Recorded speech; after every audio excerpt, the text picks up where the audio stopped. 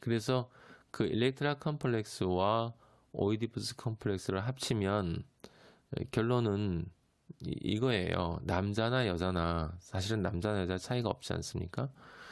남자나 여자나 궁극적으로 추구하는 것은 인간의 몸의 욕망은 하나다. 그건 엄마라는 기호인데 그건 다른 것이 아니라 그 말씀드린 그 행복감의 절정, 마약에 완전히 중독되어져서 그 아무런 생각도 없이 그 무릉도원을 헤매고 있는, 저는 그렇게 말은 들었는데 실제 그런지는 모르겠어요. 네. 그런 상태를 욕망하는데, 그런데 어떤 사람들은 현실적인 것을 욕망하기 때문에요. 그래서 그 현실적인 것 때문에 이것을 뒤로 밀어놓는 사람이 있고요. 어떤 사람은 그 현실적인 것도 팽개치고 그냥 죽을 때까지 그 낭만적인 사랑만을 찾아서 헤매는 사람이 있고, 네. 또는 그 현실적인 것 안에서 그렇습니다. 그렇게 두 가지 종류의 사람들이 있다라고 우리가 생각할 수 있는데,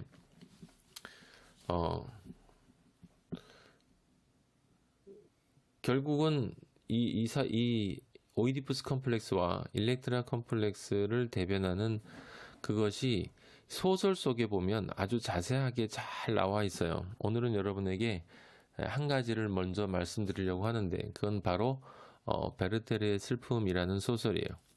괴테를 통해서 유명해진 이 소설로 수많은 사람들이 당시에 그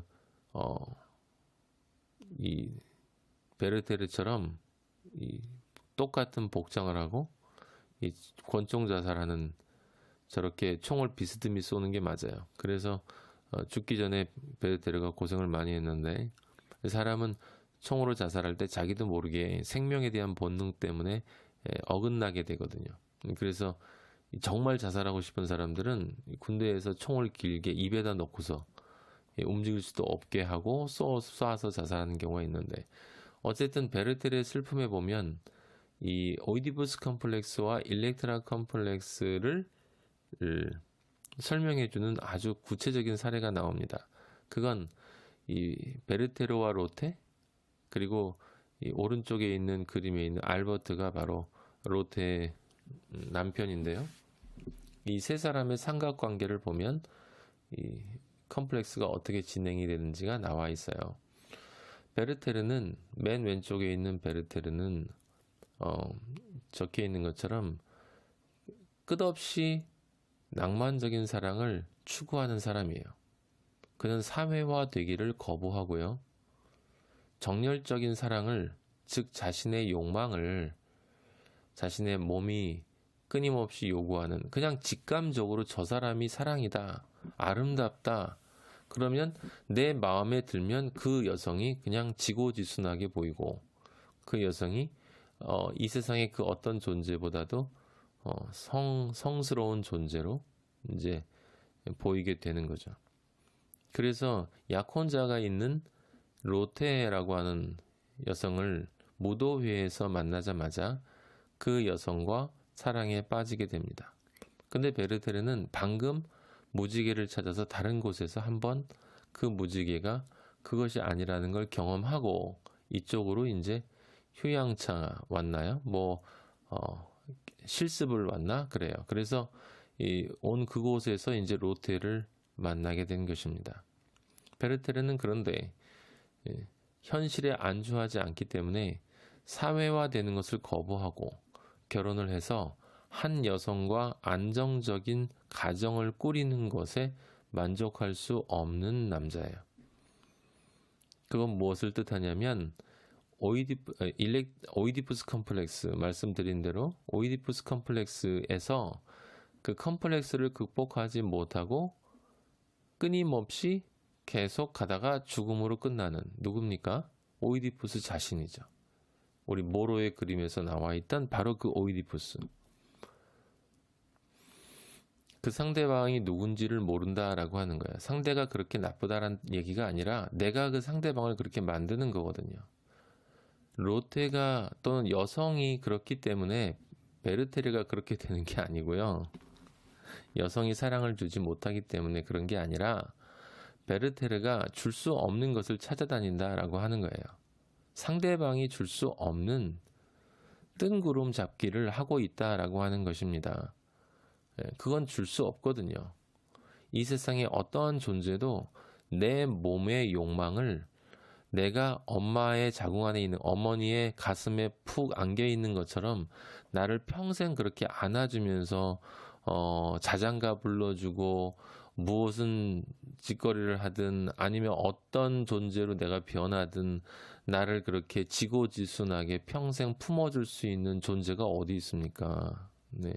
그건 다른 말로 번역을 하면 나는 애기에서 벗어나고 싶지 않아요 라는 말과 마찬가지예요. 나는 누군가를 위해서는 존재하기 싫고 무조건 나만을 위해서 당신이 내가 어떻게 응석을 부리든 응아를 하더라도 모든 것을 다 받아주어야 된다라고 요구하고 있는 것이기 때문에 베르테르가 여성을 그런 존재들로 만들면서 그렇게 계속 다른 여성을 찾고 이 여자가 아니네? 이 여잔가? 아 그런가 보다? 아 그런데 아니네? 또 지내보니까 아니네. 늘 공식이 같거든요.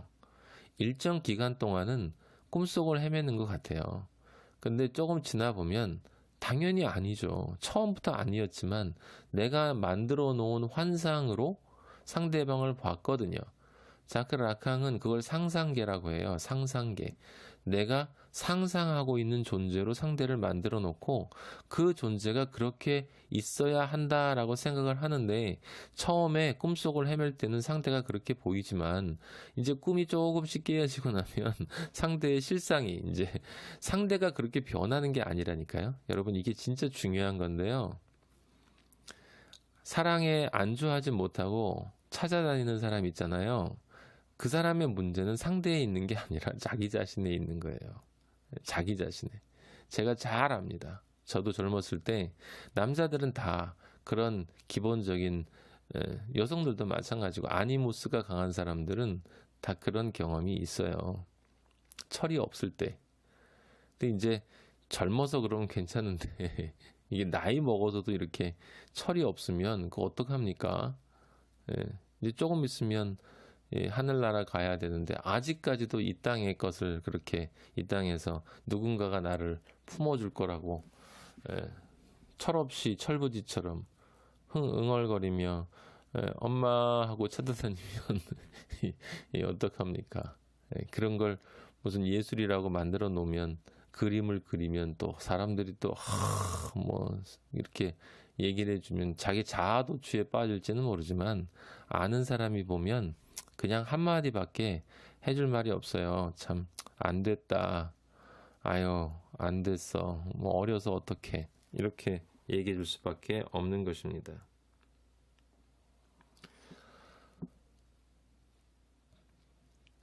알버트는 그 오이디푸스 컴플렉스를 극복한 사람이에요. 스핑크스가 나에게 주는 그 스핑크스의 비밀이 무엇인지를 잘 알고 있었던 사람이에요.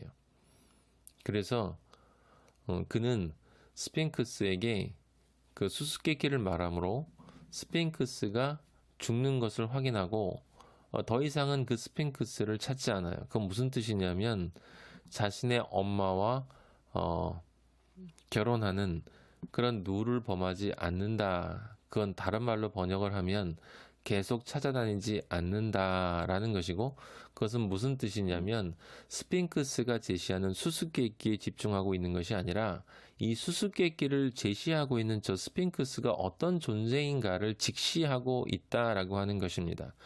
그 스핑크스의 한계, 저기까지 모로의 그림을 여러분 다시 한번 보시면 여기까지는 나에게 행복감을 줄 수 있는 내 욕망을 충족시켜 줄 수 있는 존재지만 저 선을 넘어가면 저 존재는 나에게 그 욕망을 충족시켜 줄 수 있는 존재가 아니다. 그래서 이것을 계속 이런 식으로 부분을 전체로 이해를 하고 쫓아다니다 보면 결국 그것은 나의 죽음, 나의 파멸로 이어질 수밖에 없다라는 것을 생각하고 자신에게 주어진 그 중간 정도의 행복감에 만족을 하고 평온하게 한번 결혼한 여성과 그냥 안정된 삶을 살면서 행복감에 사랑, 처음에 도취됐던 그 무지개는 식어도 그냥 아이 낳고 키우고 그렇게 자라나는 모습, 이런 가정을 꾸려나가는 것에서 그냥 안주하며 자기 나름대로의 만족감을 느끼며 사는 사람. 그래서 알버트는 이성적인 사람이고요. 감정적이지 않고요. 안정적이고 냉철하고 합리적이고 포용심이 많고 이해력이 많은, 말 그대로 이 일렉트라 컴플렉스의 여성이 결혼 상대로 가장 원할 수 있는, 경제적으로 모든 면에서 안정적인 그런 존재이다라는 것입니다. 그래서 그 사이에서 누구요? 롯데가 갈등하는 거예요.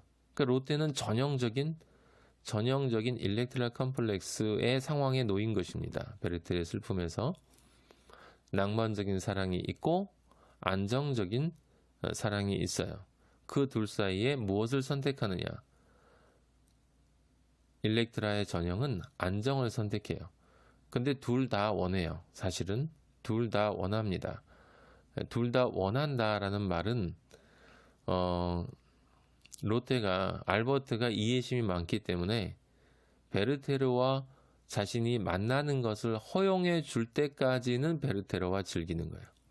바꿔서 이야기하면 이중생활을 할 때 그 이중생활이 들켜져서 나의 안정적인 가정이 깨어질 것 같을 그때까지만 그 이중적인 생활을 즐기는 것이고, 그것이 깨어질 수 있는 상황에 딱 직면하면 다시 현실적인 선택을 하는 사람이 바로 정확히 롯데입니다.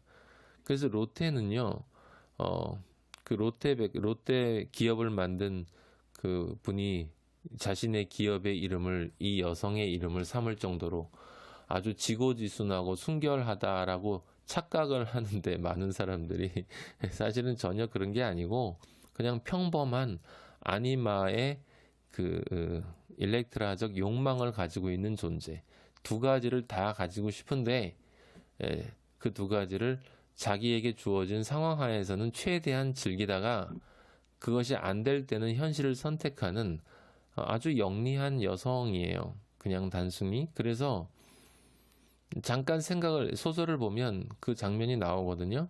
롯데가 베르테르와 나는 사랑을 나누고 있지만 나는 알버트의 사람이고 그렇기 때문에 베르테르는 보내줘야 해. 그런 베르테르가 정말 귀한 사람이니 그 베르테르에게 정말 부합하는 아름답고 참 훌륭한 신부감을 내가 소개시켜 주어야 되겠다. 그리고 자신의 친구들을 한 명씩 생각을 하는데 결론은 어떻게 날지 아시겠죠? 아무도, 친구 중에 그 누구도 베르테르와 딱 맞지 않고 베르테르에게 딱 맞는 사람은 자신밖에 없다라고 생각을 하게 됩니다. 그래서 마지막에 알버트가 이제 더 이상 만나지 말라라고 하는 이야기를 하면서 여기까지가 한계다라는 사인을 줬을 때 롯데는 바로 알아차리고 베르테르를 차버립니다.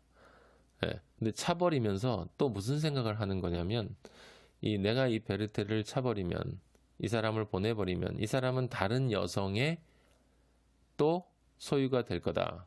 나는 그건 싫죠. 왜냐하면 나는 낭만과 열정 낭만과 안정을 동시에 소유하고 싶은데, 그렇다면 내가 이 사람을 소유할 수 없다면 다른 존재도 소유할 수는 없어. 지금 이 상태로, 나의 소유인 이 상태로 베르테르는 멈추어야 해.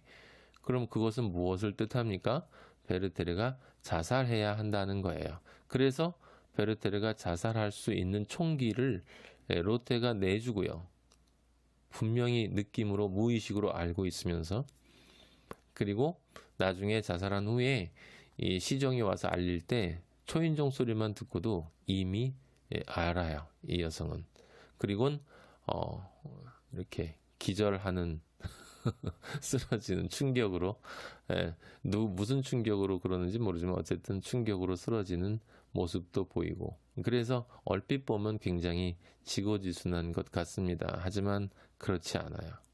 그냥 두 개의 욕망을 다 가지고 있는 존재고, 결국 하나를 선택하고 나머지 하나는 내가 포기하고 싶지 않기 때문에 내가 소유한 이 상태에서 소멸시켜버리는 그런 사실은 좀 섬뜩한 존재가 로테다라고 하는 것입니다.